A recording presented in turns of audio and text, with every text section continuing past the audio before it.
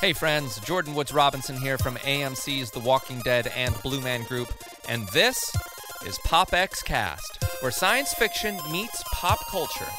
We're a geek podcast for geek culture, so are you ready to get your geek on? Sit back, relax, grab some gluten-free, non-GMO popcorn, and let's dive into the world pop culture bliss.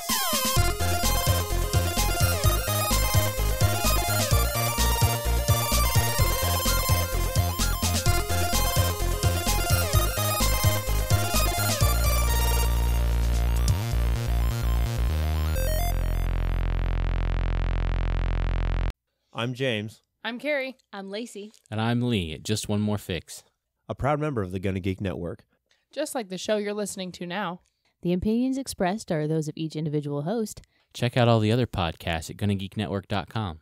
And get ready, because geekiness begins in 3, 2, 1.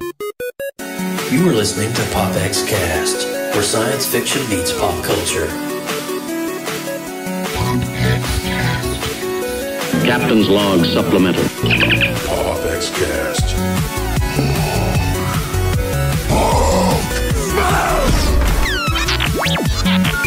Hasta la vista, baby.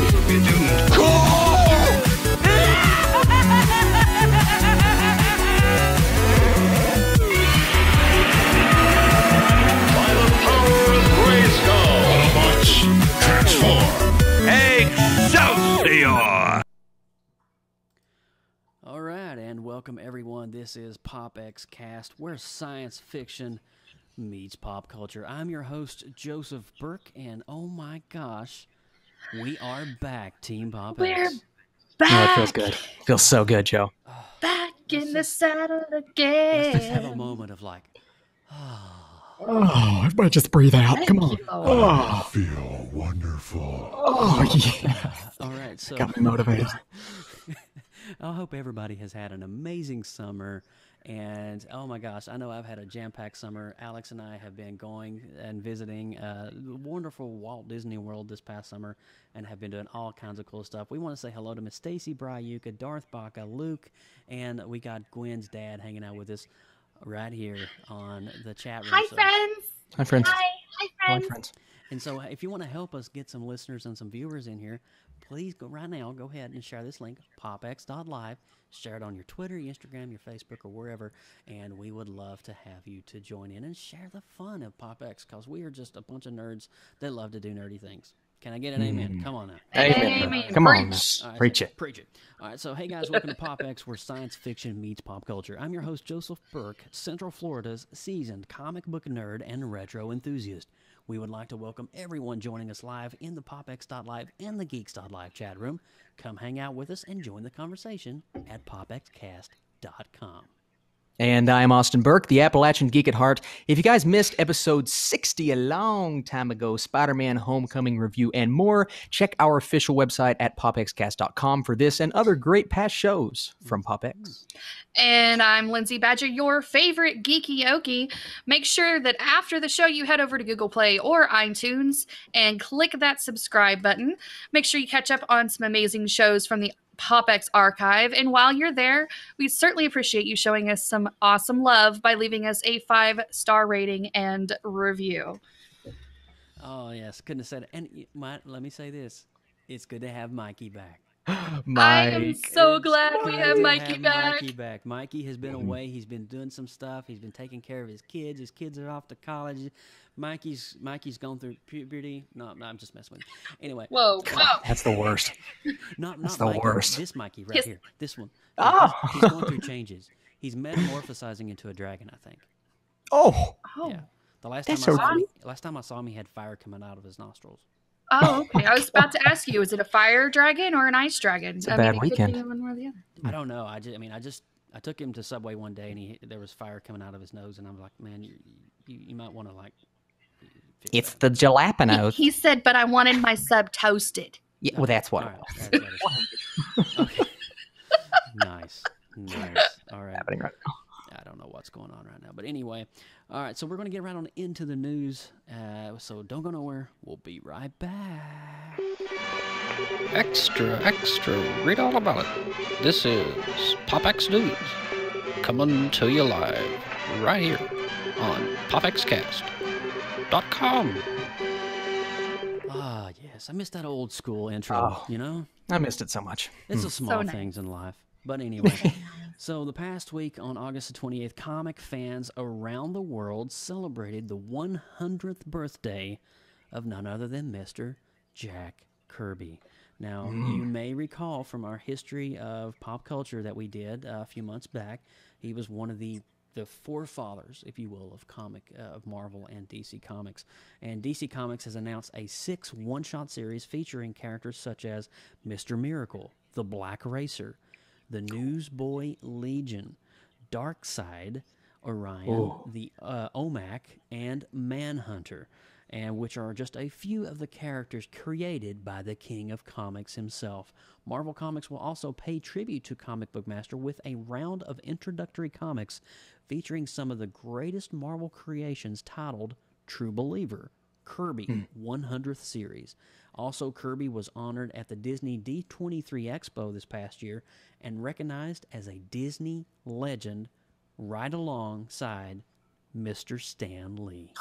Yay! Jack Kirby, man, he's always getting overlooked. That's how I feel. I mean, Stan Lee's awesome, but Jack Kirby, man, he was right there, and to me, he is, along with Stan Lee, the man. Yeah, the man. I couldn't agree more. Yeah. Yes. Mm-hmm.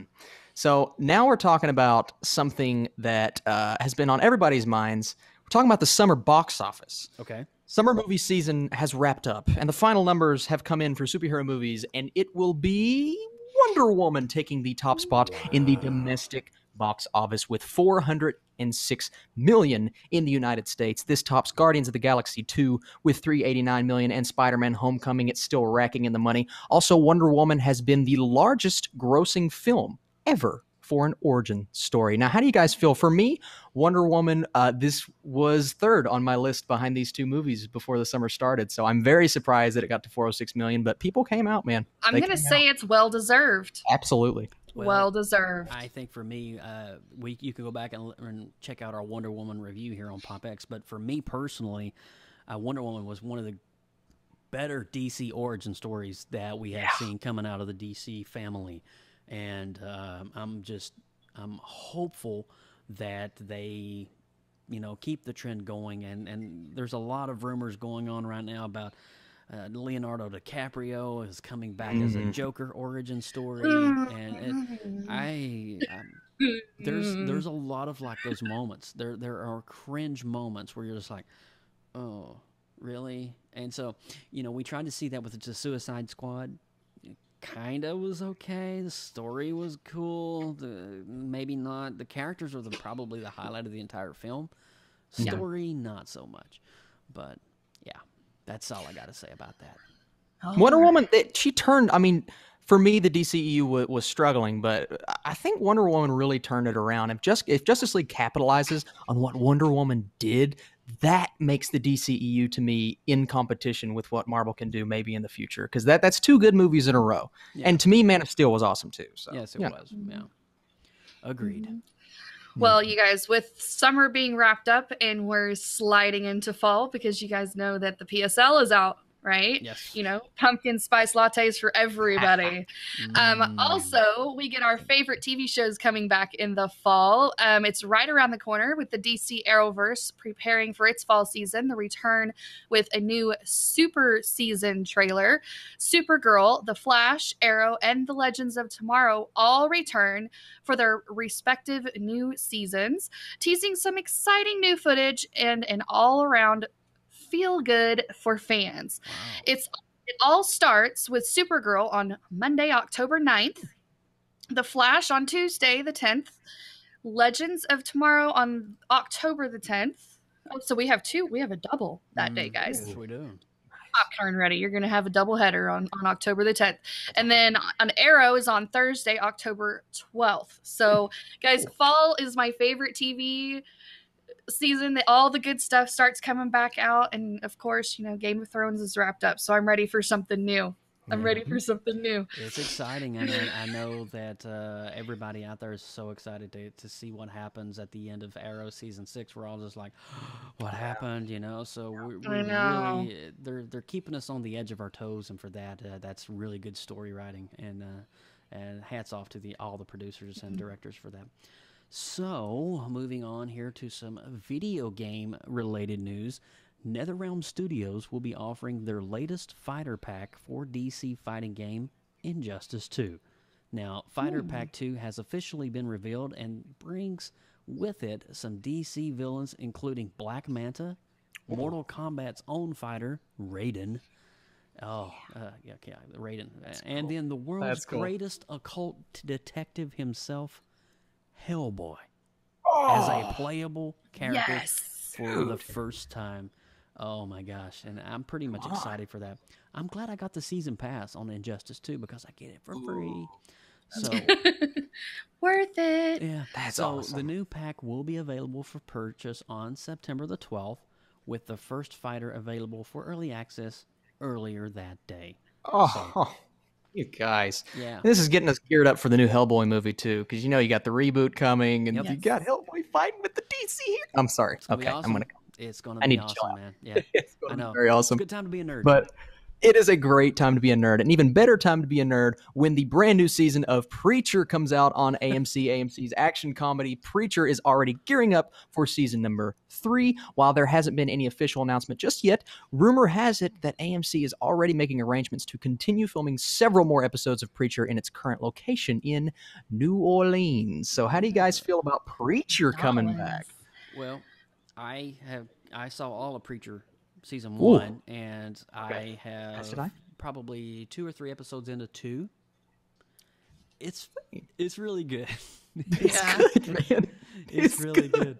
I mean, if you're offended easily by Christianity and some of the things that they do and stuff like that, then they're edgy. It could be. They're very edgy. Pushing the envelope a little bit, but yeah, but it's definitely. I remember when we did our first show talking about the backstory a little bit of Preacher, and I haven't gotten to this one on my list yet. I backburnered it on purpose because I was so logged back on all the DC Arrowverse stuff. Mm-hmm. So now I'm gonna have to probably keep it back on the burner because we're starting to fire back up again. So I forgot about it. So I'll get it there.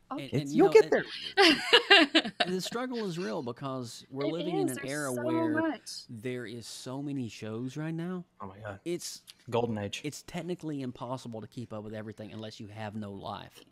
And I think that I would really, really enjoy this show, so I really don't want to forget it. You guys don't let me forget about Preacher. No, we won't.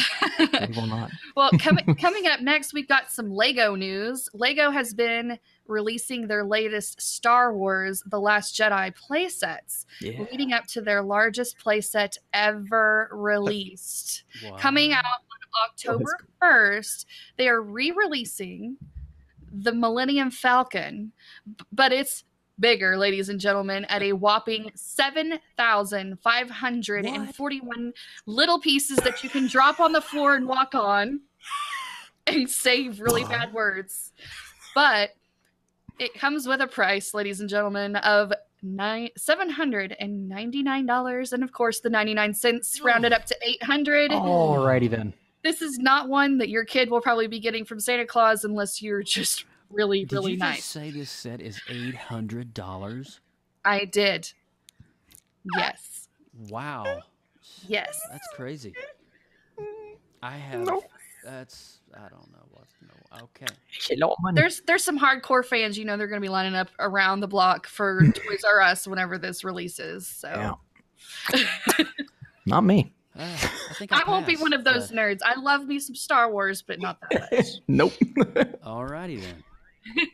Well, moving on here, and just want to pause here for a second to remind everyone, if you're watching and listening, please share the feed out on your social media, Instagram, Twitter, Facebook, whatever you want to do.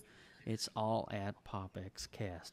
So moving on here, and this is just released in September the 1st, the legendary comic book series, The Inhumans, will be brought to new life in a way that has never been done before, as a version of the first 2 episodes will be shown globally in IMAX theaters for a 2-week period, beginning September the 1st, 2017. So we're almost, I guess, a full weekend, so you've got another week to go catch it in IMAX.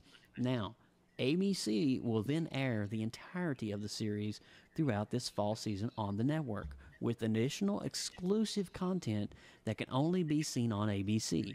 Now, the TV premiere date for the series will be Friday, September the 29th from 8 to 10 p.m. Eastern Time. So there you go. Interesting. Are you guys excited for Inhumans? I'd like to hear your thoughts because I'm not hearing good things. I've not heard good things either, and that kind of concerns me a little bit. And this is coming from the same director who made who made Luke Iron Fist. Iron Fist. Oh yeah. Okay. Yeah. So the same guy that made Iron Fist. Yeah. Directed. No disrespect. We're not disrespecting anybody's work, their body of work, or their artistic, creative motivation. I'm just saying Iron Fist, when it dropped on Netflix, came with lackluster reviews. It did. And for sure. So the same individuals that are doing that is now doing Inhumans and have taken a iconic family from Marvel Universe. This is almost equivalent to maybe doing Fantastic Four. Yeah. And it's coming in a really bad. It's like 4.5 star reviews out of 10. Yeah. Yeah. Not good. We're a little scary. But, I won't be dishing out for the IMAX, but I would definitely like to catch it just to say I saw it. For sure. On television, absolutely. I'm gonna try to watch it. We'll see. So let's switch it over to the upcoming Blade Runner sequel. The upcoming Blade Runner sequel, Blade Runner 2049, has an extra long runtime. In fact, it's significantly longer than the original 1982 film. According to Variety, the film will keep you in your seat for 2 hours and 32 minutes. I'm fine with that. With an additional 11-minute credit sequence. That makes it 35 minutes longer than the original film, which had a runtime of 1 hour and 57 minutes. So first off, I want to know, are you guys Blade Runner fans, and do you mind if this one's longer? You know what? I am a huge Blade Runner fan. That a boy. And my English teacher, when I was a senior in high school, for the first time, exposed his entire class to Blade Runner. Awesome. The world of Ridley Scott. Awesome. That's an awesome English teacher. Yes, he is. Well, as a matter of fact, he was at Dragon Con this weekend. If that tells you how awesome awesome. We're actually friends on Facebook. But anyway, cool. I am a huge fan of Blade Runner. When it came out on the Blu-ray, the director's cut 25th anniversary edition, I purchased that, and it's definitely a film that is beautiful and even holds up to today's special effects. It does. I mean, some of the stuff, Absolutely. I don't know how they did it back in the day, but it's looks amazing. Marvelous, yeah. Well, you know what they say, Austin. Longer is better. Well, they say that to a lot of people. I've never heard it. Sometimes they're wrong, though, so I guess we'll have to wait and see. I like that, Lindsay. That's good. That's a good perspective, Lindsay. That's interesting. All righty then. Okay. That's what you keep me here for, is a different perspective. It is. And while we're on the vein of Blade Runner, if there is a Segway short mini film, it's a mini short that was released on YouTube. It's about 8 minutes long, and it kind of bridges the gap between the original Blade Runner and 2049. So it kind of sets up, if you will, a little bit of the storyline and what's happening, bridges the gap between the two films. So definitely check it out. It's on YouTube. And just find it. It's really cool. It's awesome. So we are going to dive into now the PopX Hit It of the Week. Whoa. Slow your roll. We have one more, and it's probably the most important of the night, if you ask me. I'm so sorry. I was so excited. We've got one more. I know. I'm getting excited about what's coming up next too. I'm so excited. Just calm down. Right. I know. It's been a month. It's okay. Okay. All right, you guys. We've got some more TV show. Well, it's technically a TV show. It's a Netflix show. And my favorite of all time's Netflix show. What is it? The second season of Netflix's Stranger Things. It's not set to air till October 27th. The co-creators, Ross and Matt Duffer, have already confirmed the third season. Oh, when I saw this come out, I was like yelling at my computer. You just don't even know. Okay, so during an interview, Ross said that the series will likely be a 4-season thing and then out. Oh. Please just tell me there's more after that. My heart. The imagined 4th season hasn't actually been greenlit yet. Okay. Also, the Duffer Brothers reveal a few minor details about the 2nd season. Okay. Mainly that it will feel more like a movie sequel than a TV show. Cool. I'm okay with that. Wow. As for the just confirmed 3rd season, the brothers say the storyline will probably have to move outside the small fictional town of Hawkins, Indiana, and we will just have to keep adjusting this story, Matt says. Though I don't know if we can justify something bad happening to them every year. That's a good point. So I can see where they're putting a definitive end because, you know, stories do get stale over time if you're not introducing new characters, which right now we haven't seen any new characters. I've heard of a couple of new ones that are coming in this new season, but Sean Astin. Yes. So you guys, I am so excited about this. I think I'm equally as excited about pumpkin spice latte as I am about this. So I've already had my pumpkin spice this week. So this is going to complete my fall. And it'll be done. Yes, absolutely. I will be done. Well, you know, before we go into the hit-its of the week, and we all pretty much have a hit-it, so I was wanting to share in the vein of fall, Halloween Horror Nights 27 from Universal Hollywood and Universal Orlando has just debuted some of their houses. And one of the houses this year, if you're a horror movies fan, this is right up your alley, is the House of Blumhouse. And so they are doing Sinister, The Purge, and Insidious. So you get to see all 3 incarnations of their masterful productions come to life at Halloween. That's awesome. So that's awesome. Oh my God! Oh man, anyway. That's Joe. You better go to that, man. See, you need to get your hind end down here, Austin. Oh my God, he's so landlocked in Kentucky. God bless his heart. Actually, I'm poor. He needs a GoFundMe for his GoFundMe. GoFundMe for Blumhouse Haunted House. Can you just do Facebook Live? Do something else. Just kidding. Anywho, so we're going to go right on into PopX Hit It of the Week. We'll be right back. Going to play that Hit It's tag, and so don't go nowhere. And now it's time for PopX's of the Week. Lindsay Badger, so you are going to be leading out this week's Hit It. What do you have for us? Awesome. I have some great show and tell items this week. It's been cycling through the social medias, this fantastic line of makeup that is by Marvel, and that they in the video they say that it's not available in the United States anywhere. You can only get it in like North Korea or Europe or somewhere. And so basically you can pay an arm and a leg on Amazon to get it shipped to you, or you can get it at a slightly more discounted price on eBay. And of course, you know, the nerd in me said, shut up and take my money. Mm-hmm. So I went over to the eBays and I got some goodies to share with you guys. Okay, so let's see what we got here. I'm gonna go through it pretty quick. Okay, so they basically feature 4 of the characters. You've got Thor and Spider-Man. These are nail polish combos. Dude. Okay. And then the Black Widow. That's pretty cool. Spider-Man, Iron Man, and Thor.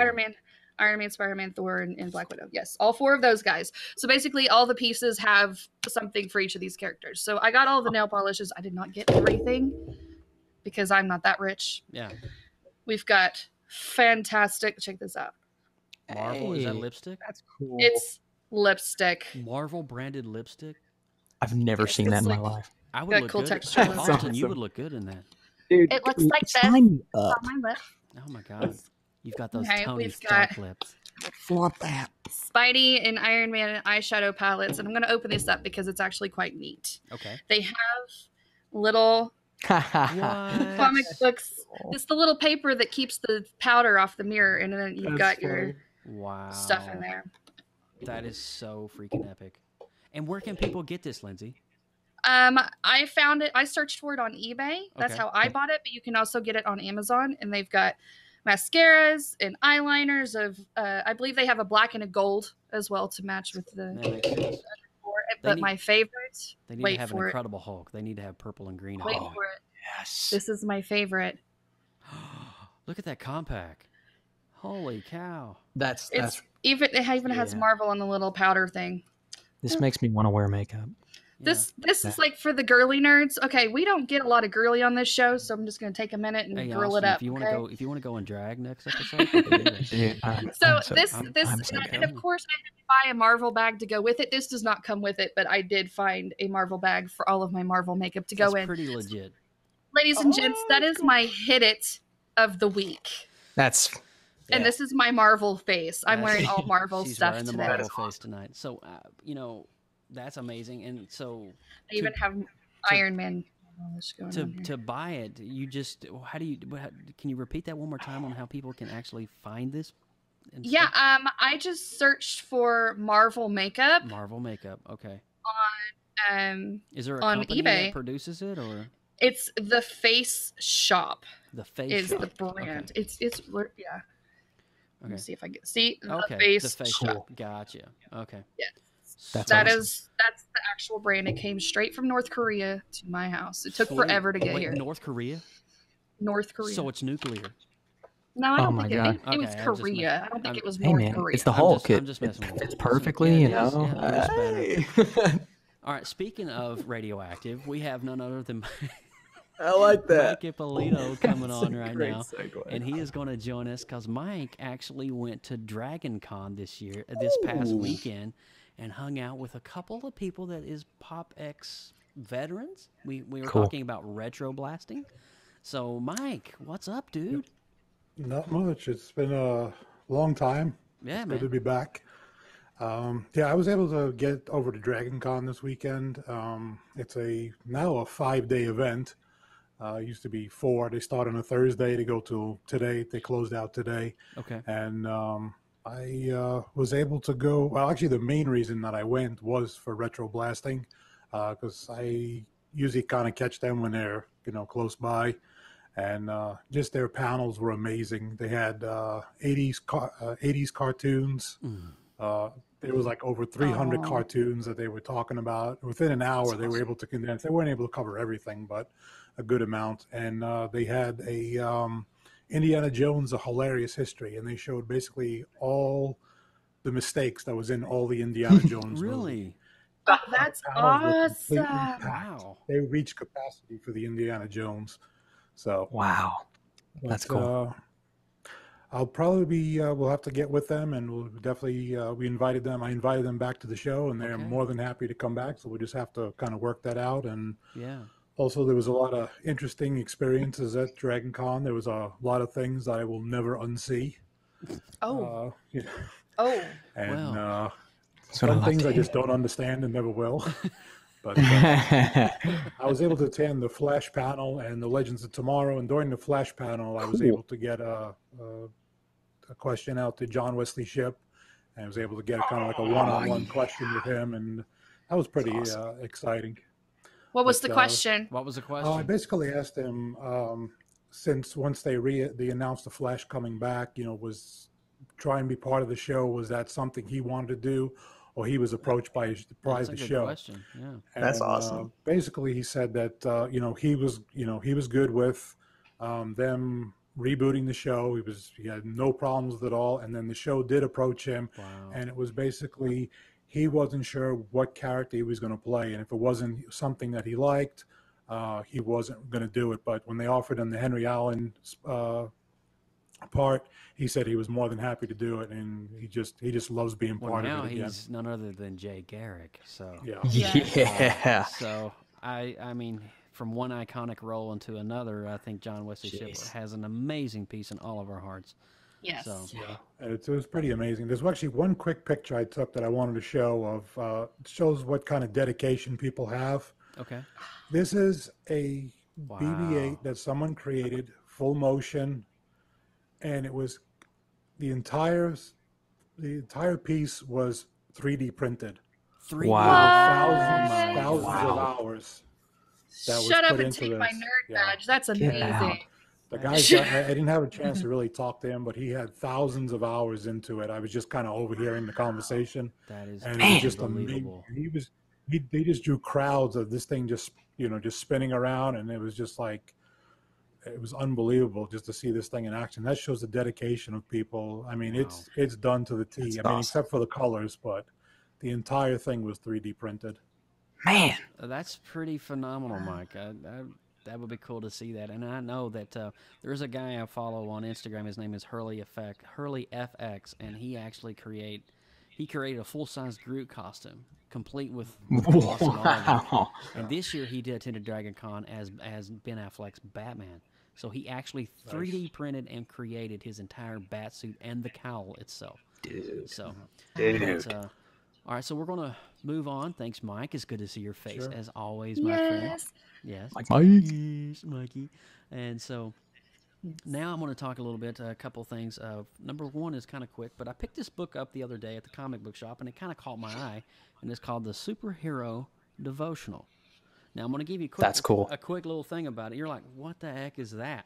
Well, so what it is it has 60 characters in it, and the author of the book actually gives us a little backstory about the character, their cinematic backstory, and then actually ties it in with a biblical connotation. So it's kind of cool. That's awesome. It's really neat. It's really neat. So he kind of compared the Incredible Hulk to Samson from the Bible. It was kind of neat. And so that was a definite nerd nugget if you're into that. So the next one also up, and I actually have a little video of this. I'm going to see if I can try to load it up, is the Call of Duty private beta. Now, I actually got to be able to experience the private beta this past weekend, and of course I got some video here rolling while we're talking in the background, but it's really good. And if you're a fan of Call of Duty, and especially, since past probably Ghosts, Black Ops 3, Infinite Warfare, we've kind of seen a little bit of a digital transition where you get jetpacks and boosters, and they've taken books out of like Titanfall and all of this stuff, and they've taken all kinds of little elements from games that works in the industry and kind of made it their own, and really kind of gotten away from the core of Call of Duty, which is actually modern warfare. Yeah. So the new game is probably one of the best multiplayer first-person platform games I've seen in a long time coming out of the Call of Duty franchise.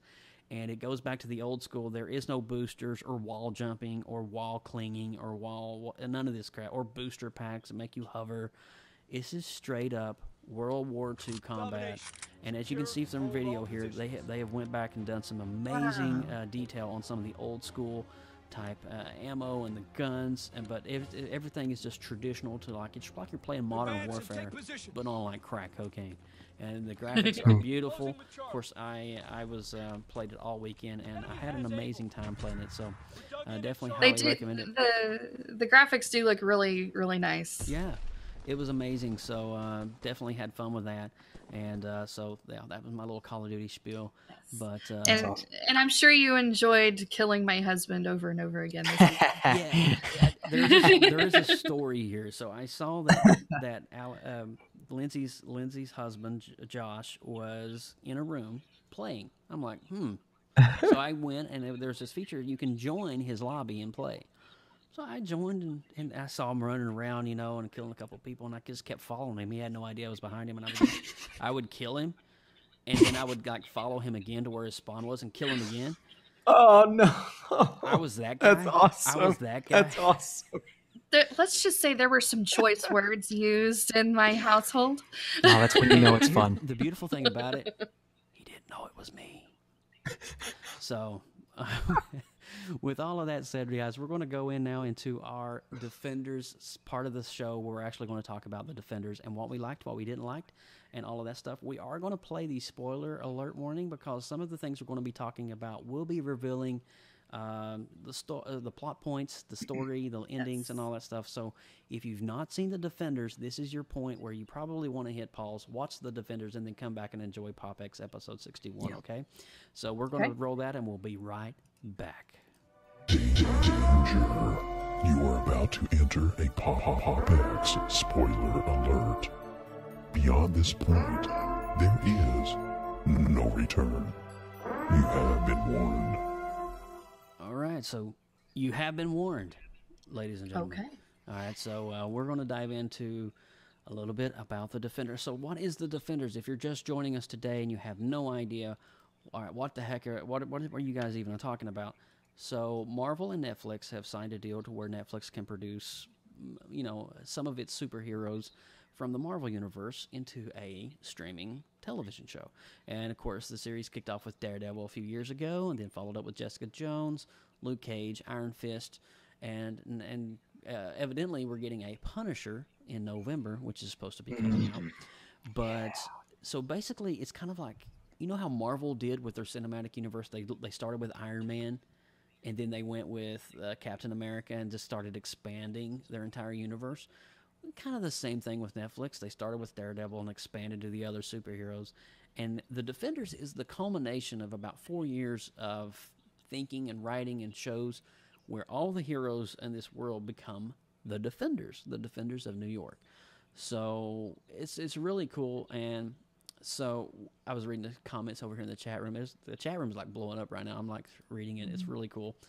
But I think honestly, the Defenders for me was I enjoyed it. I actually enjoyed it quite a bit, and I don't know how you guys feel about it. Now, here's a little thing for you guys. If you don't know, the Defenders is 8 episodes. All right, so I'm gonna go with the negative first, and then I want to come back with the positive, and then we're all gonna chime in. I want to hear Austin what you thought about it. Lindsay, I want to hear what you thought about it. I think, honestly, with their seasons, they can probably get by with 8 episodes. But when they have these kind of culmination-type shows where everybody's coming together, I think the storyline needs to be expanded a little more, and then that's where you need to start doing the 12 episodes. And I think 8 episodes for a smaller season like Daredevil or Jessica Jones, I think that's perfectly fine. Now, this is all me, in my opinion.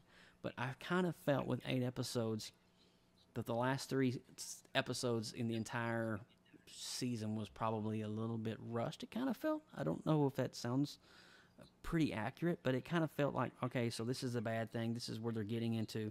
This is what's happening, and boom, there it is. And then and roll credits, it's done. And I kind of felt like, there was just nothing for me to kind of tag on to, even though they went through and they set up the next seasons for each of the superheroes. Of course, Misty Knight lost her arm. Jessica Jones got her new door, which sets up a new Jessica Jones season 2. We've already heard that the Purple Man's supposed to be coming back. Luke Cage is set up for a season 2. Daredevil 3 is set up for another season. So, Austin, I want to hear what you thought about this before I actually start tooting my own horn. I want to hear what you had to say about it.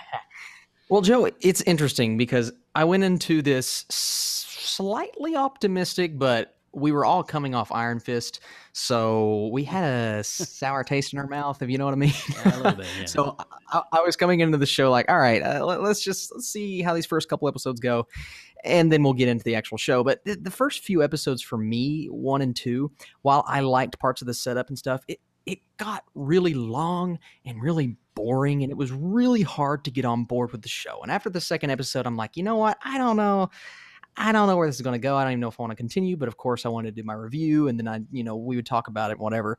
But after episode 3, for me, is when the show really started to find its footing. And from episode 3 up until the last few episodes, I really enjoyed this show. I loved the dynamics between the characters. I loved Iron Fist and Luke Cage together. You get to see their comic book counterparts kind of shine on screen, and hopefully that's where the next couple series go, is the series with them together. And even Jessica Jones and Daredevil, I liked seeing them together. I liked seeing Jessica Jones teaming back up with Luke Cage. It's just let me that part of the show. Go ahead, man.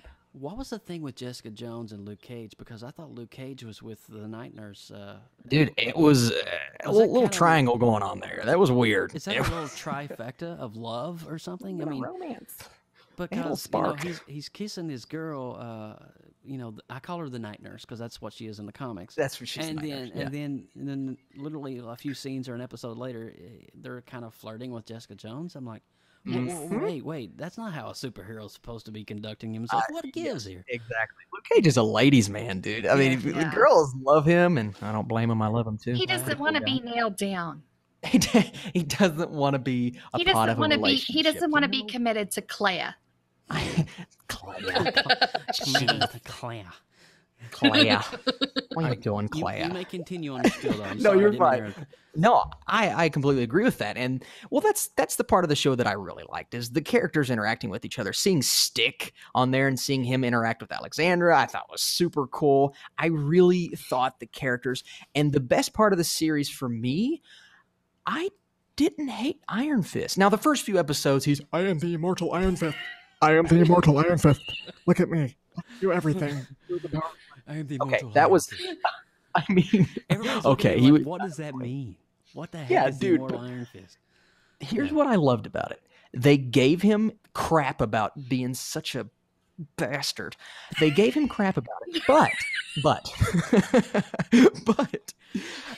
during episodes 4 and 5, I started to get on board with him because he started to have an arc. Iron Fist actually had a character arc, and I'm like, you know what? He's still an annoying little, but he's getting better. Yeah. And while he was the weakest member for me, I liked him more, and that is saying something after that series because that series made me really dislike him. But Joe, I completely agree with you. When you get to the last few episodes, I felt something missing. Yeah. I liked the fights. I liked the fights more that took place in the light than the dark because some of the fight scenes got super dark, and I get it, budget constraints, whatever. But I thought we were missing something towards the end. So overall, I will say that I really did love watching this series when it got really good. I loved watching all the action. I thought the action was way better than it was in Iron Fist. I thought the characters were wonderful. And I thought the script at times it worked. Now, the main villain, something happens towards the end, and am I allowed to? Yes, there's spoilers. I guess we're doing spoilers. Yeah. Okay, so she dies, right? And that was actually really cool because you get to see Elektra become the girl in power. But for me, I thought that kind of not in the same vein as the guy from Luke Cage that one of my favorite villains ever. And we're talking about Sigourney Weaver's character Alexandra, but just in case she. I mean, I don't know. I just felt like that was a little too soon. And I understand why they did it, but to me, it was just like, oh, okay, they killed her off. Sigourney Weaver, I would have liked to have seen her towards the end. Whatever, but overall, I can say while there were some minor quips here and there, I enjoyed the series. Wasn't the best, but it definitely wasn't the worst. So I can't wait for season 2. Yeah, absolutely. Lindsay Badger, what are your thoughts? Bluebell vanilla ice cream. Okay. It was just. That was good. There's not a lot of this and this. There wasn't a lot of emotional tie-in for me. Some more crunch. I need some more investment from the characters. Now, I know that we've covered all their origins and their backgrounds and their relationships to either have already been established. I get that coming into it, and they do very little of that to bring it in. If you're looking at Defenders on its own, there's a little bit of intro in there, which I thought was good. Yeah. It was really slow for me. I didn't really get into the fighting nearly as much as probably the other shows, and maybe it's because at this point I'm kind of fighted out after cramming in all the Daredevil and the Jessica Jones and everything and all the hallway fights. I'm over all the hallway fights. That may just be me overstimulated on the fight level. I don't know. I loved Jessica Jones. She brought the humor. She did. Her whole point in this entire series was to make me laugh with her smartassery. Yeah, I like that. Because there wasn't everything else was so serious. Yeah. It was all about, Iron Fist was the toddler of the group. He was always whining. You need to be pacified every once in a while. He was throwing a temper tantrum fist. I don't want to sit here. I want to go fight. I mean, it was like I was watching my 3-year-old downstairs while I was watching the show. And I was like, this is what my son does when I tell him no. So maybe I was really turned off by Iron Fist. But the fact that it was so easy to get him to unlock whatever it was kind of like you waited 8 episodes just to walk up and be like, okay, there it is. Let's just walk on in. I don't know. It was very predictable. And one thing that I think that was kind of in the back of my mind was, okay, so let's say that you're brand new to the meeting these characters and you want to start Jessica Jones series. You watch it all the way through and you don't even know that the Defenders exist because, you're a newbie, and you go into Jessica Jones the next new season that's coming out. If you watch those back to back, how big of a gap is there going to be in that story? Probably a pretty substantial gap, because if you pick it You're up, going to miss so much. You're going to miss a lot and of that's backstory. that's true for all of the characters, because there was a lot of character development with the relationships there. So, I think honestly, to get the full retrospective or perspective, is you need to watch them in the order that Netflix released them, which would be Daredevil season 1, Jessica Jones, Luke Cage, Jessica Jones, Daredevil season 2, Luke Cage, then Iron Fist. Right. Also, what did you guys think about the support characters being there? That they basically just got dragged to the police station to sit there. Well, it was cool to see Misty Knight. It was cool to see her because she had a kind of an important role with losing her arm. She did. We know that in the comics, especially go back in the 70s, Luke Cage's counter sidekick is Misty Knight, and she has the bionic arm. Right. And we've already seen dropped just this past week that Entertainment Weekly has released an image with Misty Knight and the bionic arm. So we know that's coming. Mm-hmm. I think the supporting characters, Claire. I think Claire kind of had a decent role. I mean, she wasn't utilized as much. Right. It was definitely cool to see Madame Gao interact with Alexandra. I she's love Stick.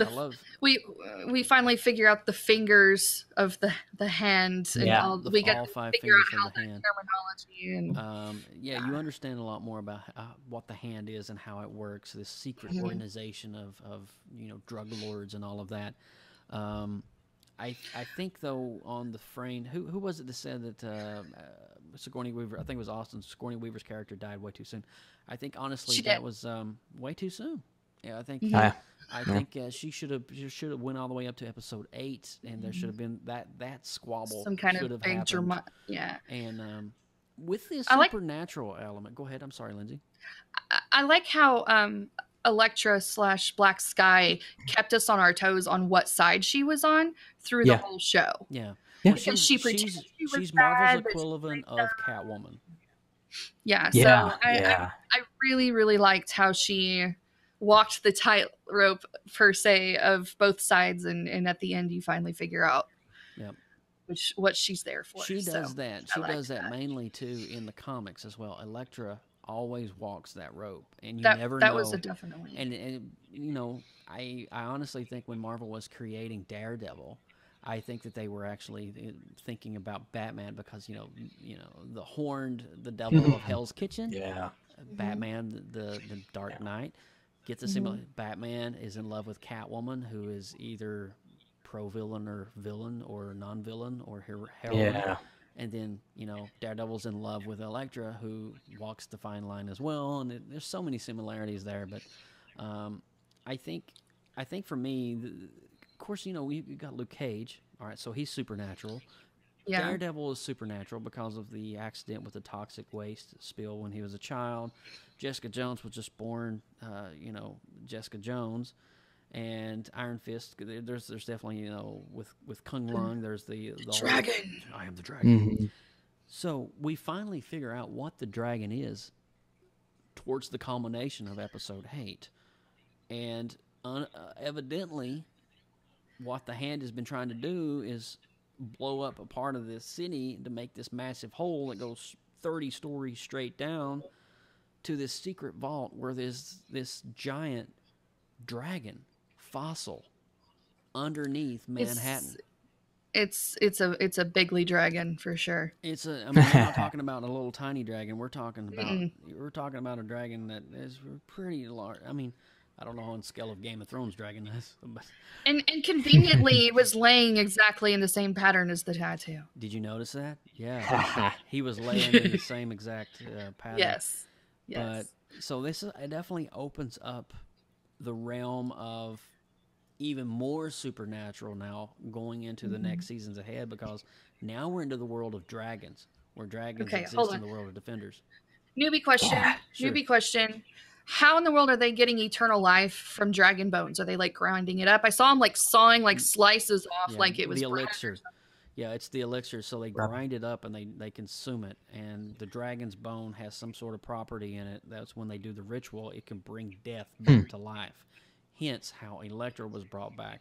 And so And that's how Alexandra was staying alive. Alive for so long. And she used the last little bit of her elixir to keep herself alive for Elektra. So. My thing is, they have dragons in this universe now. Let's go that way. Let's just do something crazy and have a big freaking dragon in one of the next, like the upcoming Netflix shows. How awesome would that be? We can do Dude, would that not be amazing? Here's the thing. Here's the thing with this show. I mean, sweet.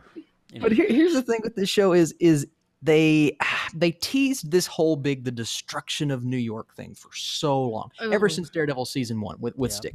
We get to the end of the series. Was this the New York? Like, was this what was supposed to happen? Because really, a building crumbled and there was no dust clouds. I mean, it just kind of crumbled straight down, and everyone's just kind of. Yeah. It's because Claire is a professional demolitionist.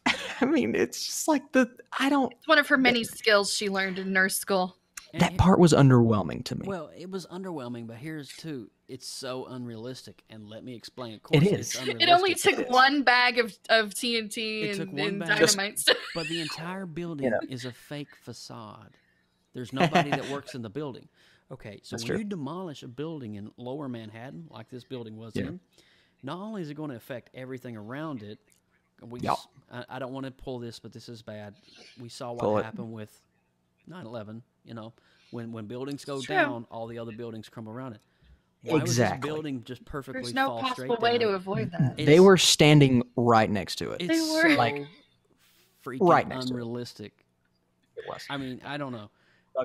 And I don't mean to offend anyone when I say that. I'm just talking about the visual aspect of what we have learned from buildings coming down. I'm not being disrespectful in any way.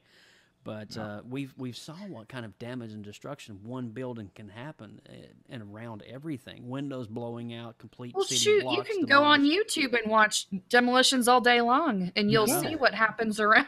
And those are controlled demolitions. And how far away they stand. So. Yeah. So that was very rushed. Yeah, it was. And, you know, if that was done in the MCU, I think it would have been done a whole lot differently and a little bit better. Because well, think of Age of Ultron when all the buildings are falling down and everybody's having to clear the area. You and hit just, it right out of my head. Yeah. I was getting ready to think when the city went up and Sokovia Accords, and then it come tumbling down. Massive destruction, massive loss of life. That's realistic. Yeah. This was just. It was rushed. I think it was. Go ahead. Go ahead. No. Finish your thought. Finish my thought. I had a different question, so I was just going to have you. No, I just think 6, 7, and 8, just very rushed. And I think the only good thing parts, good but come, rushed. Good parts, but rushed. I think the only good thing to come out of episode 8 was the buildup of the next future seasons of these superheroes. Yeah, I agree with that. Okay. So how did you guys feel about the internal battle with Daredevil? Putting on the suit, not putting on the suit, you know, the back and forth he had with himself. I like that. What I didn't like about that was Foggy and I felt like Foggy and Girlfriend could have been gone, and it all comes back to the police station for me. It's like the police station. While I liked parts of it, there were parts. It's just like, why is this? And then Foggy, they don't support him, and I don't know. At this point, you should be supportive of him because that's what he would. And then he brings him the suit at the end, and I'm like, she didn't even know that he was him. Until today. And like, hello, how many seasons are we into this? Come on. I don't know. That whole storyline to me was just so underwhelming. And that's one of the many plot lines we could have just snipped right out of this series, and it could have been more straightforward and focused. And I thought that would have made it a lot better, but it's just my opinion. I mean, with the build up, and I think like we've been talking about this for again, 6, 7, and 8, episodes 6, 7, and 8. I think. Now, this is all me. When I say I think, I'm talking about my perspective, okay? I'm not talking about, I think they should just redo the whole thing. No, I'm not talking about that. I'm thinking that with the build-up, you have Sigourney Weaver. That's what I'm saying. Wait, let me finish it. You have Sigourney Weaver as your a legendary actress. Come my God, she was in the original Alien. And you have Sigourney freaking Weaver. Why not utilize this woman's authoritative power in Hollywood and use her and not kill her off 2 episodes before the finale. Yes, she was killed off in episode 6, which sucked. And why not use her and maybe let her be controlling the dragon, or let her be in charge of, Oh my God. Maybe they couldn't afford her for the last 2 episodes. Maybe. I mean, I don't know. They could only pay her for doing 6. The thing is, they tease her power throughout the entire season. I want to see her and there's one point when she almost fights one of the fingers of the hand, and I'm like, okay, this is awesome. And then you cut it off and she dies, and we never got to see it. From the very beginning, she is you can see her as a former power, but she's weakened with her illness. And throughout the whole thing, you see her relying on other people for strength, where if she's supposed to be the leader, shouldn't everyone else be relying on her for strength? Yeah, that's what I was saying. Yeah. I mean, if she is one of the main fingers of the hand, so to speak, and she is such a controlling, dominant factor, even over Madame Gao. Because when Madame Gao, when Alexandra spoke to Madame Gao, Madame Gao was like, okay, I'll do it as best as I can. I'm good. All right. She knows. All right, so you have power. There's a struggle there. Utilize it. Don't kill her off. And it's the first time we're actually meeting this character in this series, and it's like, well, Quick vote. Most of the time, we all hate the villain Rose. We just don't. We want him to get rid of. But there are some villains we love. Now, who here actually enjoyed Sigourney Weaver's Alexandra? Oh, while she was on screen. Yeah. She was awesome. For sure. She was good. She was really good. I wanted more. I wanted to hate her more. Yeah. You know what it is?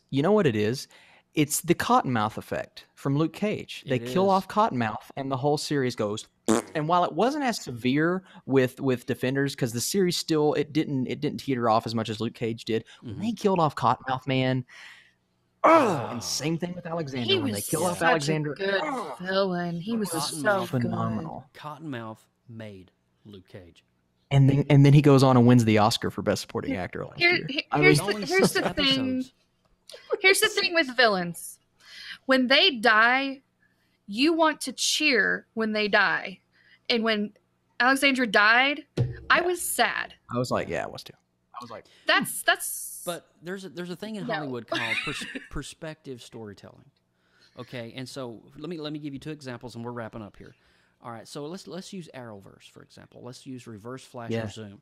You watch the entire 23 episodes in a whole season, and it's all you're trying to do is trying to figure out a way to beat this one villain. And by the time we get to episode 23 and 24, the finale, and you get to the big battle, we feel a sense of relief. We feel, okay, they figured it out. All right, let's switch gears over to the Defenders. Alexandra is the villain. The Hand is the villain. But it's reverse with her. You want to see her story develop and evolve. You want to know what her backstory is. How did she get into the position and the role she's in today? Yeah, How did she get into so much power? And so when you think about that, I didn't really want to see her die. I wanted to see her continue on because she has such a leading, dominant role, even over Madame Gao.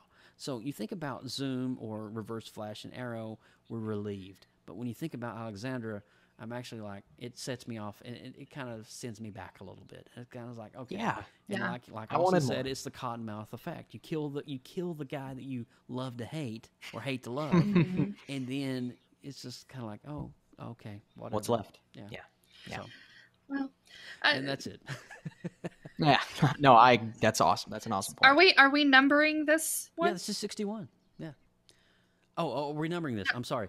Yes, it's an episode.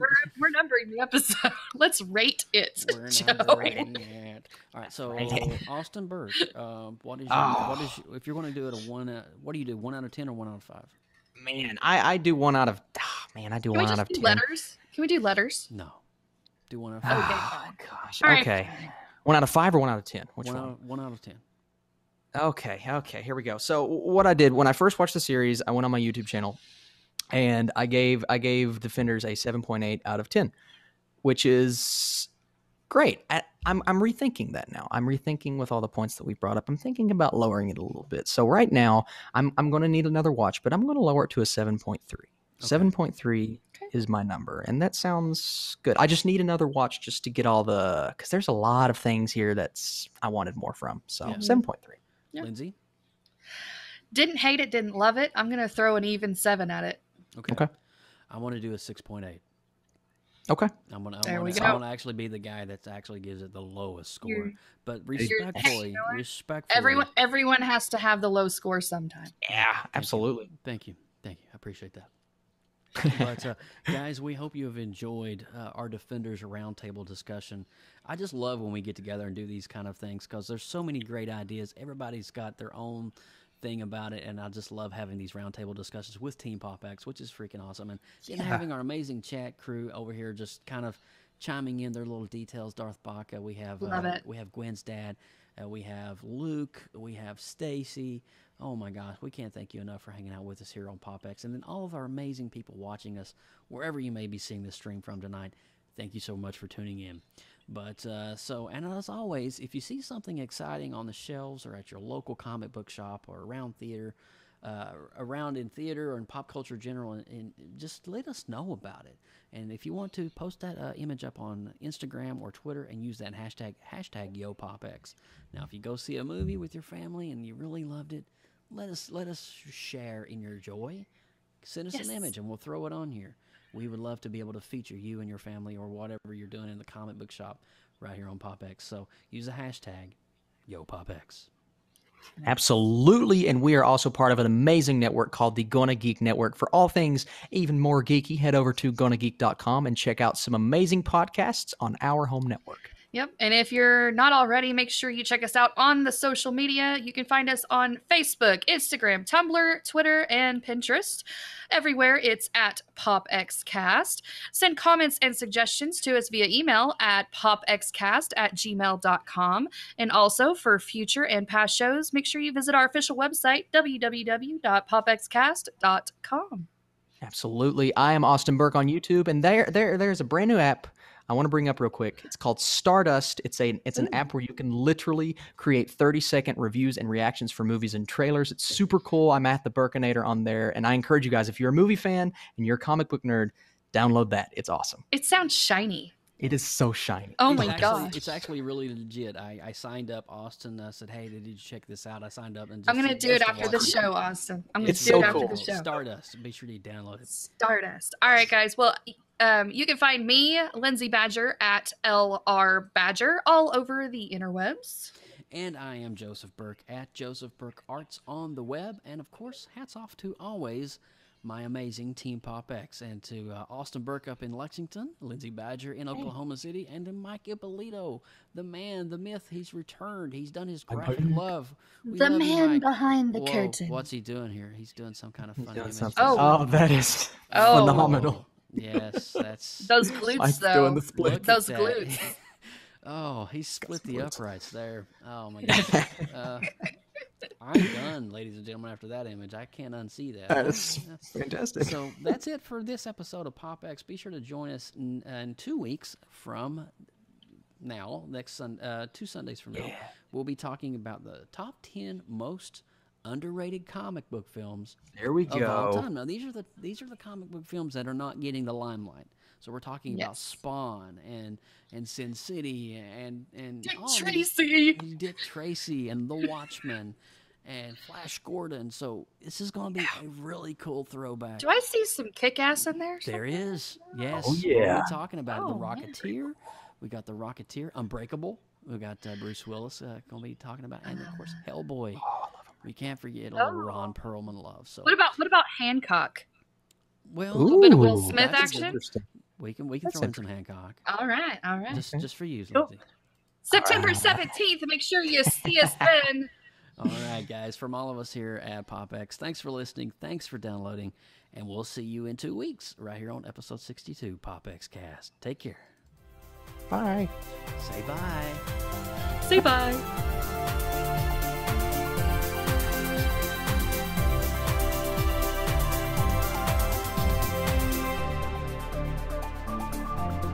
From everyone at PopXcast, thanks for listening. Be sure to give us a 5-star rating on iTunes and subscribe for more great content. Drop us an email, popxcast@gmail.com. Follow us on Twitter, Instagram, Facebook and YouTube, all at PopXcast.